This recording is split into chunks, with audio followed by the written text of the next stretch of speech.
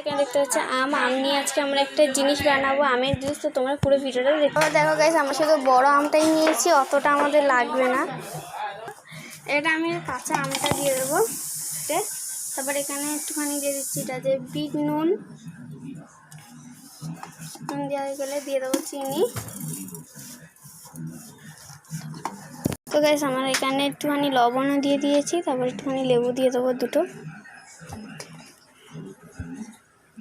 পাতি লেবু। পর এটাকে আমরা এতে একটু দিয়ে দেবো যে জল। এখানে একবার করে নিয়েছি, কি সুন্দর হয়ে গেছে দেখো একদম।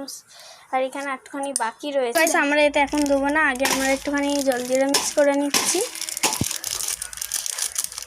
জলজিরা একটুখানি বেশি টেস্ট আসার জন্য আমরা দিচ্ছি, যেন একটু টক টক ঝাল ঝাল মিষ্টি মিষ্টি সবই হোক যেন। ভালো করে এটাকে একটু মিক্স করে নেব।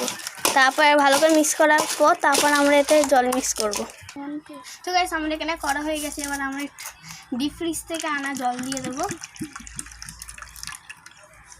দেখুন গাইস জলই বেরোচ্ছে না বরফের জন্য। দিয়ে দেওয়ার পর আমরা একটু বরফ মিক্স করে দেবো, ঠান্ডা ঠান্ডা হোক। হয়ে গেলে গেছে আমরা 10 মিনিট মতো ডিপ ফ্রিজে রেখে দেবো, বরফ দেওয়ার পর দিয়ে। তারপর তোমরা দেখো কি সুন্দর না হয়।